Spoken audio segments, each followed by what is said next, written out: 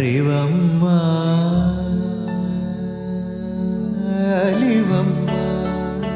മനസ്സിനെ അധീനതയിൽ നിർത്തുവാനുള്ള വിദ്യയാണ് ശരിയായ വിദ്യ. അതാണ് ആധ്യാത്മിക വിദ്യ. ആദ്യം ഈ വിദ്യ അഭ്യസിച്ചാൽ മാത്രമേ നമ്മൾ നേടിയിട്ടുള്ള മറ്റു വിദ്യകളെ ശരിയായ രീതിയിൽ പ്രയോഗിക്കുവാൻ കഴിയൂ.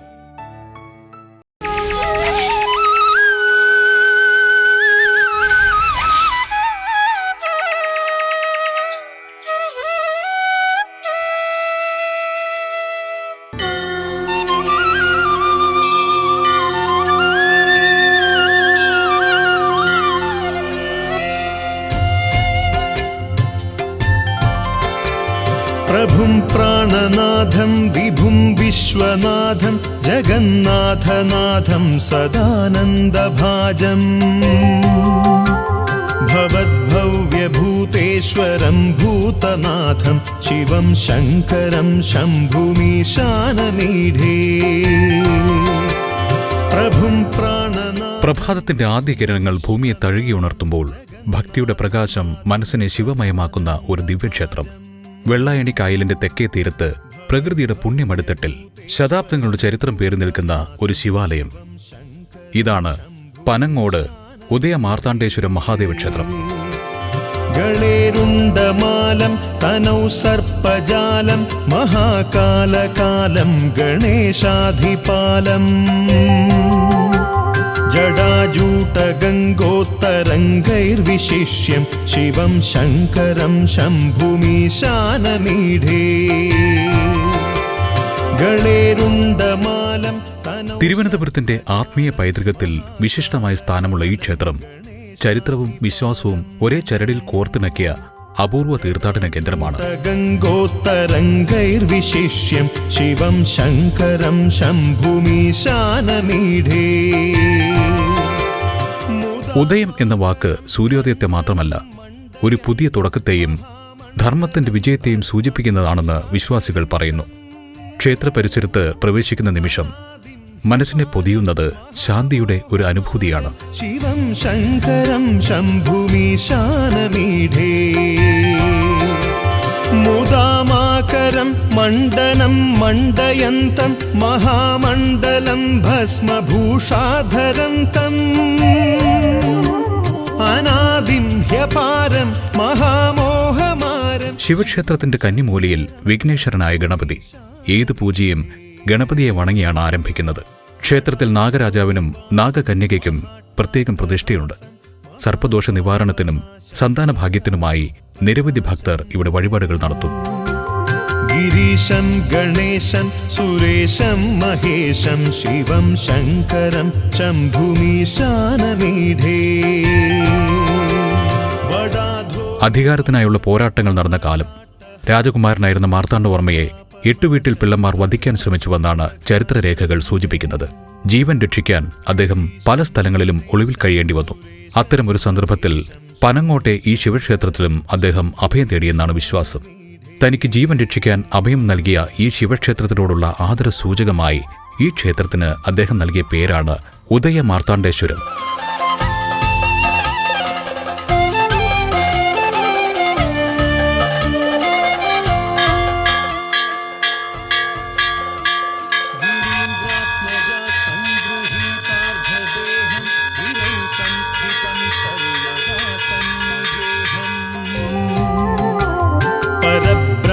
ബ്രഹ്മാദിഭിർവന്ദ്യമാനം ശിവം ശങ്കരം ശംഭുമീശാനമീഢേ. ഗിരീന്ദ്രാത്മജാ സംഗൃഹീതാർദ്ധദേഹം ഗിരൗ സംസ്ഥിതം സർവദാ സന്നിഗേഹം. പരബ്രഹ്മ ബ്രഹ്മാദിഭിർവന്ദ്യമാനം ശിവം ശങ്കരം ശംഭുമീശാനമീഢേ. കപാലം ത്രിശൂലം കരാഭ്യാം ദധാനം പദാംഭോജനം രായകാമം ദധാനം.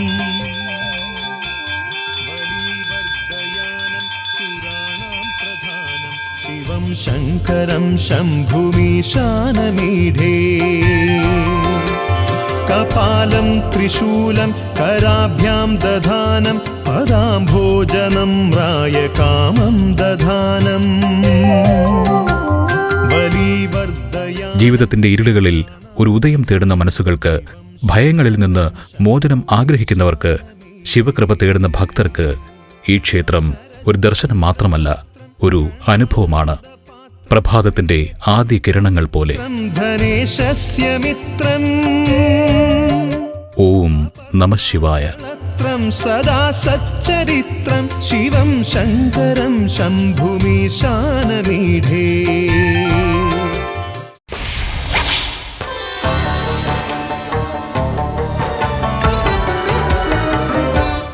ദേവന്മാരെയും വ്യാസ വാൽമീകി മഹർഷിമാരെയും ഒക്കെ വന്ദിച്ച ശേഷം ഈ പ്രപഞ്ചത്തിലെ സകല ചരാചരങ്ങളെയും വന്ദിച്ചു. എല്ലാ ചരാചര പ്രപഞ്ചത്തെയും വന്ദിച്ച് ജഗതി ചരാചര ജാതികളായുള്ള സകലരെയും വന്ദിച്ചു. ആ ഒരു ഭാവന, പ്രകടിത ഭാവങ്ങളെല്ലാം ഏകനായ ഈശ്വരൻ്റെ വിഭൂതികൾ എന്നുള്ള ഭാവന, അത് സുദൃഢമായിരിക്കുന്ന ഒരു തലത്തിൽ മാത്രമേ സകല ചരാചര പ്രപഞ്ചത്തെയും വന്ദിച്ച് പ്രാർത്ഥിക്കാൻ സാധിക്കൂ. ആ ഒരു മഹിമയും നമ്മളിവിടെ കണ്ടു. അഗ്രജൻ മമ സതാം വിദുഷാമഗ്രേസരൻ മദ്ഗുരുനാഥൻ അനേകാന്തേവാസികളോടും ഉൾക്കൊരുന്നിങ്കൽ വാഴുക രാമനാമാചാര്യനും മുഖ്യന്മാരായ ഗുരുഭൂതന്മാർ മറ്റുള്ളവരും. തൻ്റെ ജ്യേഷ്ഠനെ വന്ദിക്കുകയാണ്. പിതൃസമനായ ജ്യേഷ്ഠൻ, വിദ്വാനായ വിദുഷാം അഗ്രേസരനായ ജ്യേഷ്ഠനെ വന്ദിക്കുന്നു. അതോടൊപ്പം അനേക അന്തേവാസികളോടുകൂടി അനേകം അന്തേവാസികൾക്ക് വിദ്യ ഉപദേശിച്ചു കൊടുത്തുകൊണ്ട് കഴിയുന്ന മദ്ഗുരുനാഥൻ, അനേക അന്തേവാസികളോടും കൂടി എൻ്റെ ഉൾക്കുരുന്നിങ്കൽ മാനസത്തിൽ വാഴുക. അവിടെ ഗുരുനാഥൻ്റെ പേര് രാമനാമാചാര്യൻ, രാമൻ എന്ന് പേരുള്ള ആചാര്യൻ. അതോടൊപ്പം ജ്യേഷ്ഠനെയും ചേർത്ത് പറഞ്ഞതുകൊണ്ട് ജ്യേഷ്ഠൻ്റെ പേരും രാമൻ തന്നെ. അതുകൊണ്ടാകുന്നു രാമാനുജൻ എഴുത്തച്ഛൻ എന്ന് പ്രസിദ്ധി. ഇങ്ങനെ അനേക അന്തേവാസികളോടുകൂടെ താമസിക്കുന്ന, അനേക ശിഷ്യ സഞ്ചയത്തോടു കൂടിയ തൻ്റെ ഗുരുനാഥൻ രാമനെന്ന് പേരുള്ള ആചാര്യനെ, അതുപോലെ ഗുരുകുലത്തിൽ മറ്റ് തനിക്ക് അധ്യാപനം ചെയ്ത മുഖ്യന്മാരായ മറ്റെല്ലാ ഗുരുഭൂതന്മാരെയും ഞാനിതാ നമസ്കരിക്കുന്നു എന്ന് പറഞ്ഞ് ഗുരുവന്ദനം പൂർത്തിയാക്കുക. ഇവിടെ നിന്നാണ് രാമായണത്തിലേക്ക് പ്രവേശിക്കുന്നത്. അവിടെ രാമായണ മാഹാത്മ്യത്തെ ബോധിപ്പിച്ചുകൊണ്ട് രാമായണത്തിലേക്ക് പ്രവേശിക്കുകയാണ്. ശ്രീരാമായണം പുരാ വിരിഞ്ച വിരചിതം 100 കോടി ഉണ്ടില്ലതു ഭൂമി തന്നിൽ. രാമനാമത്തെ ജപിച്ചോരു കാട്ടാളൻ മുന്നം മാമുനിപ്രവരനായി വന്നതു കണ്ടു ധാതാ. ഭൂമിയിലുള്ള ജന്തുക്കൾക്കു മോക്ഷാർത്ഥമിനി ശ്രീ മഹാരാമായണം ചമയ്ക്കെന്നരുൾ ചെയ്തു. വീണാപാണിയും ഉപദേശിച്ചു രാമായണം, വാണിയും വാൽമീകിതൻ നാവിന്മേൽ വാണിയിടിനാൾ. വാണിയിടുക ഔവണ്ണമെന്നാവിന്മേലേവം ചൊൽവാൻ നാണമാകുന്നു താനും അതിനെന്താവതിപ്പോൾ. ഇവിടെ നമുക്ക് ലഭിച്ചതിൽ ആദികാവ്യമായ,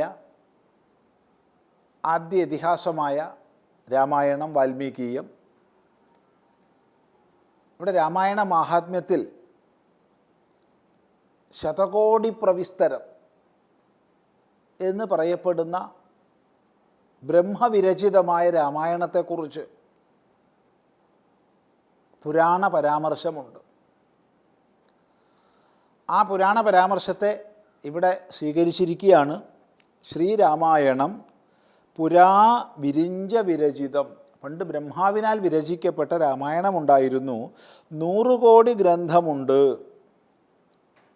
100 കോടി ഗ്രന്ഥം. ശതകോടി പ്രവിസ്തരം എന്നാണ് സംസ്കൃതത്തിലെ മൂലത്തിൽ. ശതകോടി പ്രവിസ്തരം, 100 കോടി ശ്ലോകങ്ങളിൽ വിസ്തൃതമായ രാമായണം. ഇല്ലത് ഭൂമി തന്നിൽ. അതൊരിക്കലും ഭൂമിയിൽ ഉണ്ടായിട്ടില്ല. അത് ബ്രഹ്മലോകത്തിൽ ഉള്ള രാമായണമാണ്. അത് ഒരു വിശ്വാസം എന്ന നിലയ്ക്ക് തുടർന്ന് പറഞ്ഞതായി നമുക്ക് സ്വീകരിക്കാം. ഇനി ഗ്രന്ഥമഹിമയെ സൂചിപ്പിച്ച് സജ്ജനങ്ങളുടെ ശ്രദ്ധയെ കൂടുതൽ രാമായണ പഠനത്തിലേക്ക് ആകർഷിക്കാൻ വേണ്ടിയാവാം.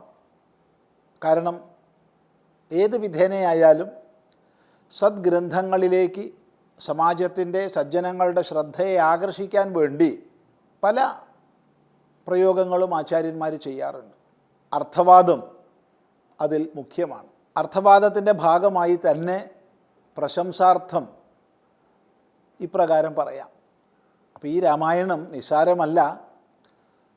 100 കോടി ഗ്രന്ഥങ്ങളോടൊത്ത് ബ്രഹ്മാവിനാൽ വിരചിക്കപ്പെട്ടതിൻ്റെ ഒരു ആവിഷ്കാരമാണിത് എന്ന് പറയുമ്പോൾ അതിൻ്റെ മഹിമാബോധമാണ് അനുവാചകനിലുണ്ടാവുന്നത്. അങ്ങനെ പറഞ്ഞതാവാം. ഏതായാലും ആ ഒരു രാമായണത്തെ ഭൂമിയിലേക്ക് തന്നു വാൽമീകി മഹർഷി. രാമനാമത്തെ ജപിച്ചൊരു കാട്ടാളൻ മുന്നം. രത്നാകരൻ എന്ന തീർത്തും അഹിതമായ അധാർമികമായ വൃത്തിയെ ആശ്രയിച്ചുകൊണ്ട് പിടിച്ചുപറിയും മോഷണവുമൊക്കെയായി കഴിഞ്ഞിരുന്ന, കാട്ടിൽ നിവസിച്ചിരുന്ന കാട്ടാളൻ സപ്തർഷിമാരുടെ അനുഗ്രഹവും ഉപദേശവും ലഭിക്കാനിടയായി.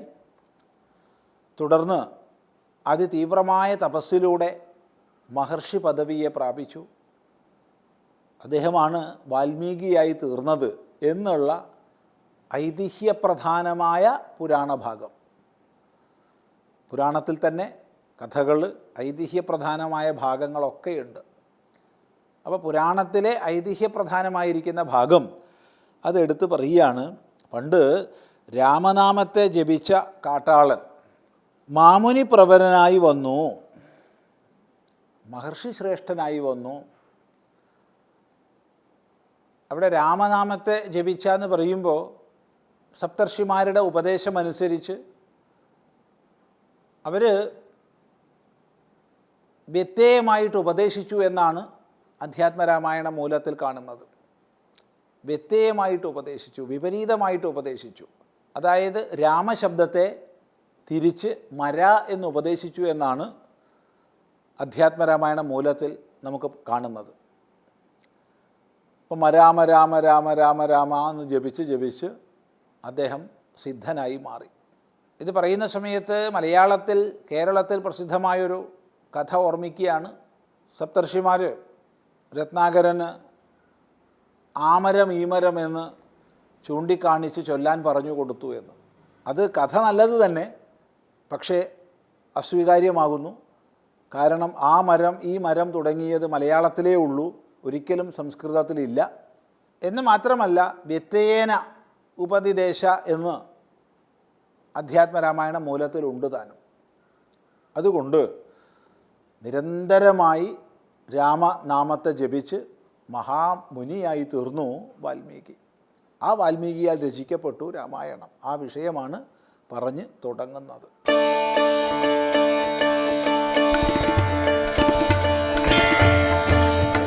രാമായണ മാസക്കാലത്ത് നമുക്ക് അല്പം മഹാഭാരതം ചർച്ച ചെയ്യാം. മഹാഭാരത യുദ്ധത്തിന് കാരണമായി സദാസമയവും ദുര്യോധനാദികളെ ഉപദേശിച്ച് അവരെ ധർമ്മത്തിൻ്റെ പാതയിൽ നിന്ന് മാറ്റി അധർമ്മത്തിൻ്റെ പാതയിലേക്ക് കൊണ്ടുവന്ന ഒരു ശകുനിയെക്കുറിച്ച് മഹാഭാരതം പറയുന്നുണ്ട്. അതുപോലെ ഒരു സ്ത്രൈണ ശകുനി രാമായണത്തിലും ഉണ്ട്. അത് മറ്റാരുമല്ല, സാക്ഷാൽ മന്ധരയാണ്. ആ മന്ധരയെക്കുറിച്ചാണ് ഇന്നത്തെ അധ്യായത്തിൽ നമ്മൾ പരിചയപ്പെടുന്നത്. ആരായിരുന്നു മന്ധര?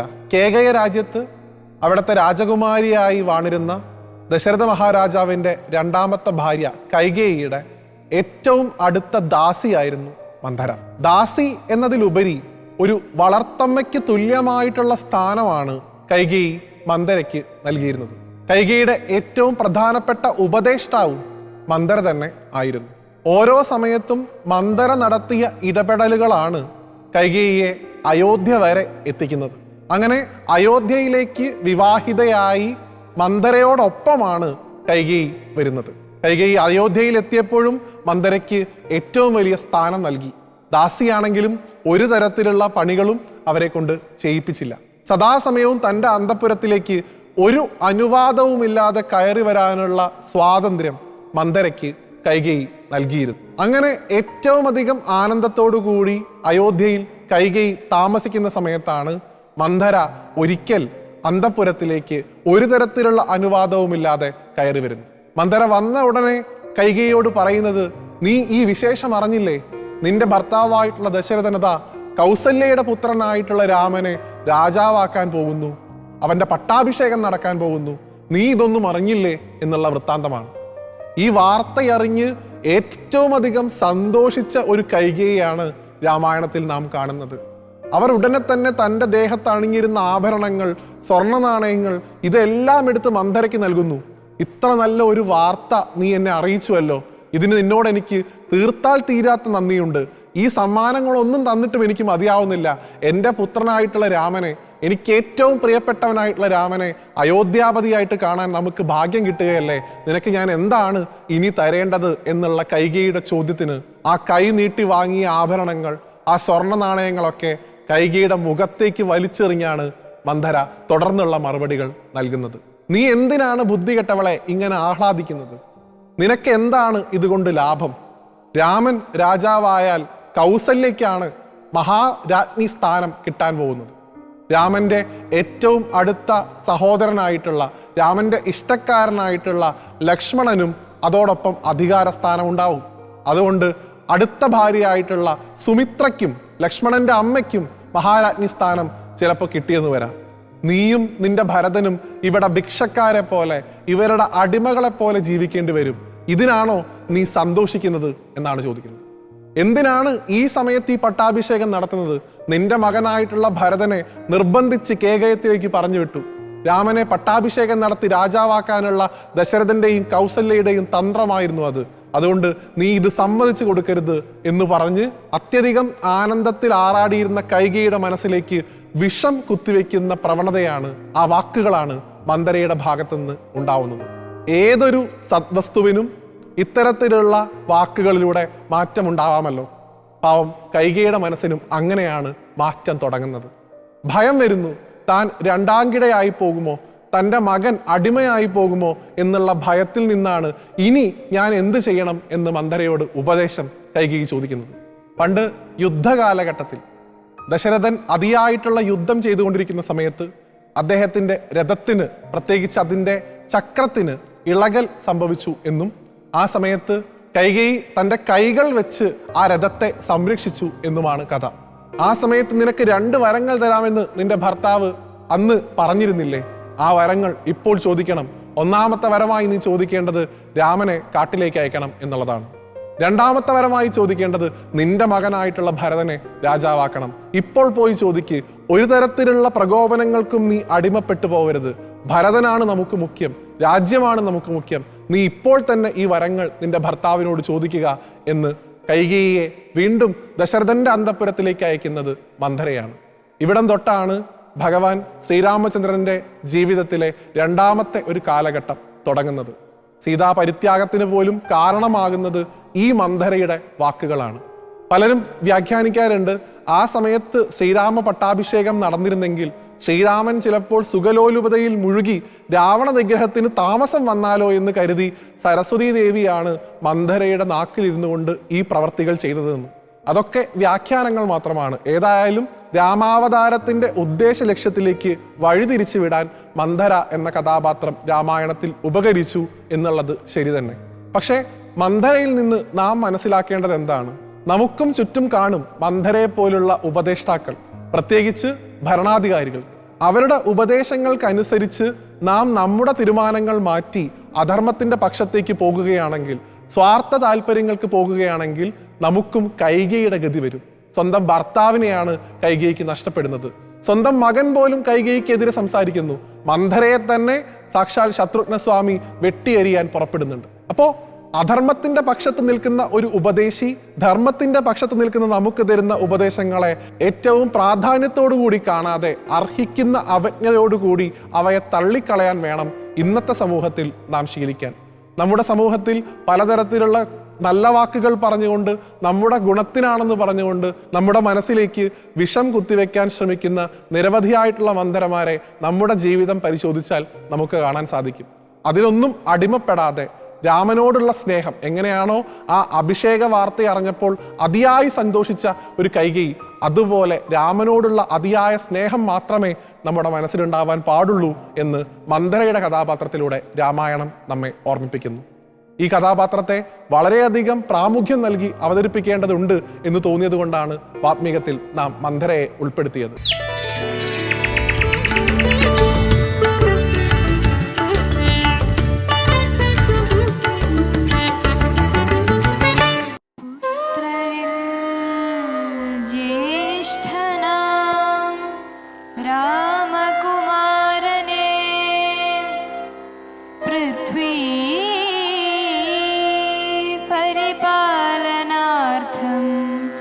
അഭിഷേകം എത്രയും വൈകാതെ ചെയ്യണമെന്നു ഞാൻ കൽപ്പിച്ചതിപ്പോഴതങ്ങനെയെങ്കിലത് ഉൾപ്പൂവിലോർത്തു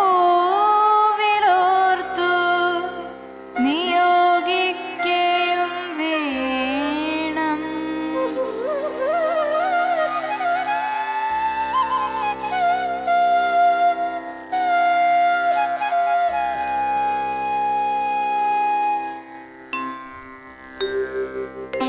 പ്രണാമം മഹാരാജൻ. കൽപ്പിച്ചാലും നീ നാം എന്താണ് ചെയ്യേണ്ടത്? സുമന്ത്ര, നിങ്ങൾ എത്രയും പെട്ടെന്ന് രാമകുമാരനെ കൂട്ടിക്കൊണ്ടുവരണം. പ്രധാനപ്പെട്ട ചില കാര്യങ്ങൾ സംസാരിക്കുവാനും തീരുമാനിക്കുവാനുമുണ്ട്. കൽപ്പന പോലെ മഹാരാജൻ.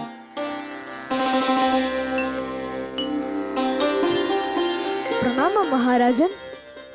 അത്യാവശ്യമായ രാജ്യസഭയിലെത്താൻ മഹാരാജാവ് കൽപ്പിച്ചതായി ദൂതൻ വന്നറിയിച്ചിരുന്നുവല്ലോ. എന്താണ് കാര്യവിചാരം? പറയാം മഹാഗുരു. കുറച്ചു ദിവസങ്ങളായി നമ്മുടെ മനസ്സിൽ കിടന്ന് വിങ്ങുന്ന ഒരു വിചാരമുണ്ട്. നാം ഈ കാര്യം മറ്റാരോടും പറഞ്ഞിട്ടില്ല. രാജഗുരുവും രാജ്യഭരണത്തിന്റെ മുഖ്യ ഉപദേശിയുമാണല്ലോ അങ്ങ്. ഇത് കേൾക്കണം. അങ്ങയുടെ വിചാരം അറിഞ്ഞിട്ടേ നാം ഈ കാര്യം മറ്റാരോടെങ്കിലുമായി പങ്കുവെക്കുകയുള്ളൂ. ശ്രേഷ്ഠ കാര്യങ്ങളിലല്ലാതെ മറ്റൊന്നിലും അങ്ങയുടെ മനസ്സ് വ്യാപരിക്കില്ലെന്ന് നമുക്കറിയാം. പറയൂ, അങ്ങയെ അലട്ടുന്ന വിഷയം എന്താണ്? മഹർഷേ, എന്റെ ശ്രീബന്ധപുത്രൻ ശ്രീരാമനെ ഞാൻ അറിയുന്നത് പോലെ തന്നെ അങ്ങും അറിയുന്നു. പ്രജാഭിവൃത്തിയിൽ തൽപരനാണവൻ. സർവചരാചരങ്ങളോടും ദയുള്ളവൻ. ബുദ്ധിശക്തിയിൽ ഭഗവാൻ ബൃഹസ്പതിയോട് തുല്യൻ. പരാക്രമത്തിൽ പരശുരാമനെ വെന്നവൻ. അങ്ങനെ എല്ലാ ഗുണങ്ങളും തികഞ്ഞ രാമനെ അയോധ്യയുടെ രാജാവാക്കണമെന്ന് നാം ആഗ്രഹിക്കുന്നു. അതിനായി അവന് യൗവരാജ്യാഭിഷേകം നടത്തുവാൻ നാം ആഗ്രഹിക്കുന്നു. ഇത് അങ്ങയുടെ മാത്രം ആഗ്രഹമല്ലല്ലോ മഹാരാജൻ. ഇന്ന് അയോധ്യ മുഴുവൻ ആഗ്രഹിക്കുന്നതും ഇത് തന്നെയാണ്. ധർമ്മനീതിയും കുലപാരമ്പര്യവും പറയുന്നതും ഇത് തന്നെ. ജ്യേഷ്ഠപുത്രൻ രാജാവാകണം. അതിനെന്ത് തടസ്സം മഹാരാജൻ? തടസ്സങ്ങളൊന്നുമില്ല മഹർഷേ. അങ്ങയുടെ ഹിതവും ഉപദേശവും ആരാഞ്ഞു എന്ന് മാത്രം. രാജഗുരുവിന്റെ ഹിതവും ഉപദേശവും എപ്പോഴും രാജഹിതത്തിനൊപ്പം തന്നെയാണ്. അങ്ങ് യൗവരാജ്യ അഭിഷേകത്തിനുള്ള ഒരുക്കങ്ങൾ തുടങ്ങിയാലും കാടുകളെല്ലാം പൂത്ത് വർണ്ണം വിതറി അലങ്കൃതമായി നിൽക്കുന്ന ഈ ചൈത്രമാസം അതിനേറ്റവും അനുയോജ്യമാണ്. നമുക്ക് തൃപ്തിയായി മഹർഷി. ചൈത്രമാസത്തിൽ തന്നെ അഭിഷേകം നടത്താം. അതിനാവശ്യമായ ഒരുക്കങ്ങളെക്കുറിച്ചും കർമാനുഷ്ഠാനങ്ങളെക്കുറിച്ചും അങ്ങ് വ്യക്തമാക്കിയാലും.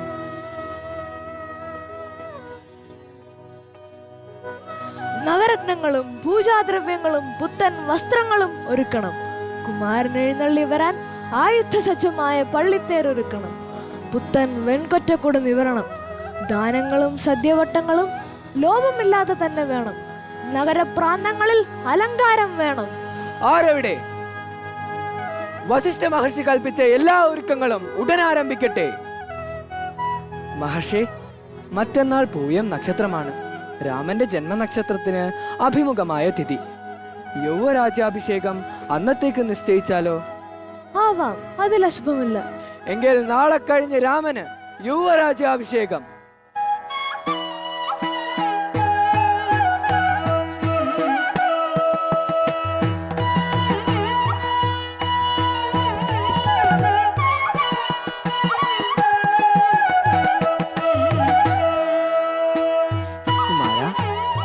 ഇത് സന്തോഷത്തിന്റെ ദിനമാണ്. വരാനിരിക്കുന്നത് വലിയ വലിയ സന്തോഷങ്ങളുടെ നാന്ദിയാണ്, അല്ലേ ഗുരുദേവ? അതെ, അങ്ങനെ ആയിരിക്കട്ടെ. കുമാര, അശുഭ ചിന്തകൾക്ക് തെല്ലും സ്ഥാനമില്ല. ഉചിതമായ മുഹൂർത്തത്തിൽ ശുഭകരമായത് സംഭവിക്കും. അതിന് സജ്ജനായിരിക്കുക. ശാസ്ത്രോക്തി അനുസരിച്ചുള്ള വ്രതാനുഷ്ഠാനങ്ങൾ ആരംഭിച്ചുകൊള്ളൂ. ഇപ്പോൾ മുതൽ ധർമ്മപത്നിയോടൊത്ത് ജിതേന്ദ്രിയനായി ധർമ്മപുല്ല് വിരിച്ച് നിലത്തു ശയിക്കണം. ഉപവാസം അനുഷ്ഠിക്കണം. പിതാവേ, ധർമ്മശാസനം വെടിഞ്ഞ് ഈ രാമൻ ഒന്നും തന്നെ പ്രവർത്തിക്കില്ല. എല്ലാം അങ്ങയുടെ കൽപ്പന പോലെ തന്നെ നടക്കും. കൗസല്യയും തനയാഭ്യുദയത്തിനായി കൗതുകമോടു പൂജിച്ചിതു ലക്ഷ്മിയെ നാഥേ മഹാദേവി നീ തുണയെന്ന് ചേതസി ഭക്ത്യാ വണങ്ങി വാ